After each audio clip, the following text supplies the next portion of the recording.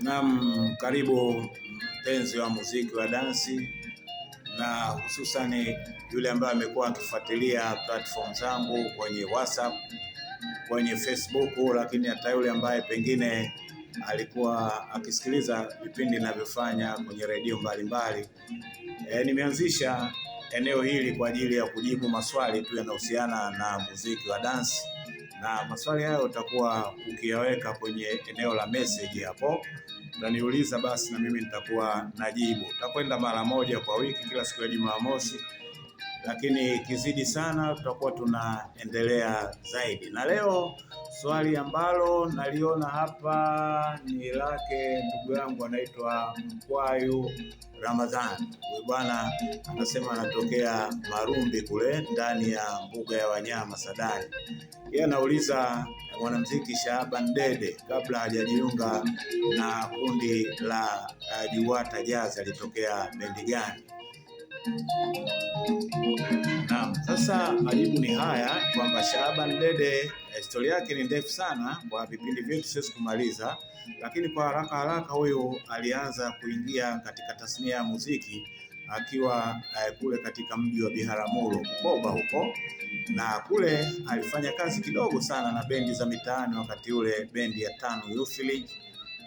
Lakini bendi ya Tabora Jazz ilipofanya ziara katika mji huo, kwa kweli Dede ndo alivutiwa sana na alifanya kila liwezekanalo sasa kuongeza safari, yani hatua moja ya safari yake ya muziki. Kwa hiyo bendi hii iliporejea Tabora, basi na yeye Shaaban Dede naye alikwenda Tabora, basi kuambia mtu yote kwamba anakuja, lakini alikwenda pale, na kwa bahati nzuri alipokewa na mwanamuziki na kiongozi wakati ule Sheikh Ibrahim Kalenga, na baada ya kumpokea akamjaribu na kuona kweli ni mwanamuziki mwenye kipaji kikubwa, japokuwa wakati huo bendi ya Tabora Jazz ilikuwa kubwa sana kwa Dede kuvaa viatu vya bendi hiyo.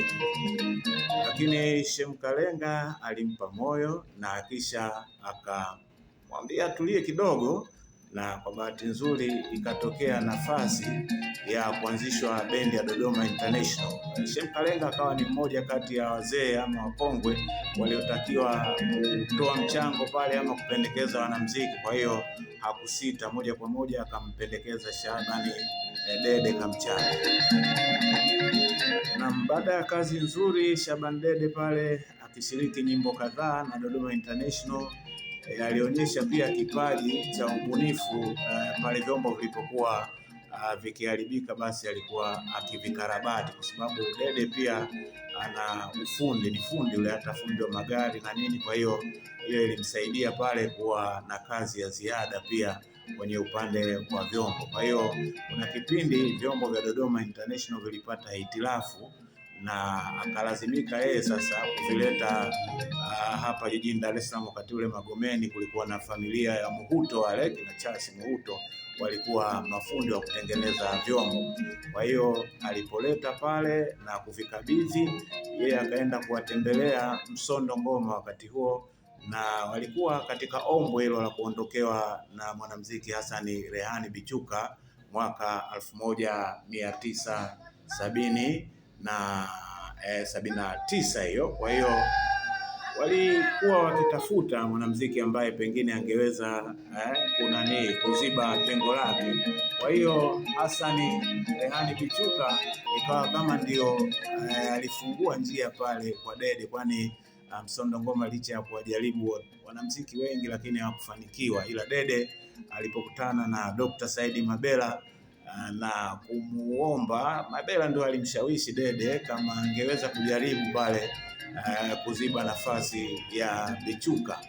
Na siku ya pili alimfuatilia tena Magomeni pale Mariana Guest House alipofikia Dede, huku Mabela akimpa, wakati ule kulikuwa na zile Walkman zile na mkanda, ili aweze kufanya mazoezi ya nyimbo za msondo ili akajaribu. Kwa bahati nzuri Dede alikuwa na Walkman, kwa hiyo alichochukua kwa Mabela ni mkanda tu ule ambao aliufanyia mazoezi ya kutosha. Na siku alipokwenda na wimbo wenyewe ulikuwa ni huu Wasogea Karibu. Kwa hiyo Dede alipokwenda kwa kweli aliuimba vizuri, na watu wengi wakashangaa. Basi ikawa hiyo kama ndo interview yake ya kuingia bendi ya Msondo Ngoma Liwata Jazz Band mwaka 1980, naye akuangusha pale, akaja na vibao kama Fatuma, Maisha ni Vita, Juleka na nyingine nyingi sana alitunga na kushiriki kuimba. Lakini kama unavyojua wanamuziki hakukaa sana mwaka 82 akasogea kidogo kwenda Mlimani Park. Sasa hapa napo ni story nyingine, lakini kwa jibu hilo kwamba Dede alitokea wapi, wewe mtazamaji ama utakayepitia hii YouTube ama Facebook ama pote utakapoiona ujumbe huu katika platform zangu, basi majibu yake ni hayo. Lakini na wewe unayo nafasi ya kuniandikia hapo swali lako, au unaweza pia kutumia message ya kawaida 0712 32 82 23. Naitwa Jimmy Chika.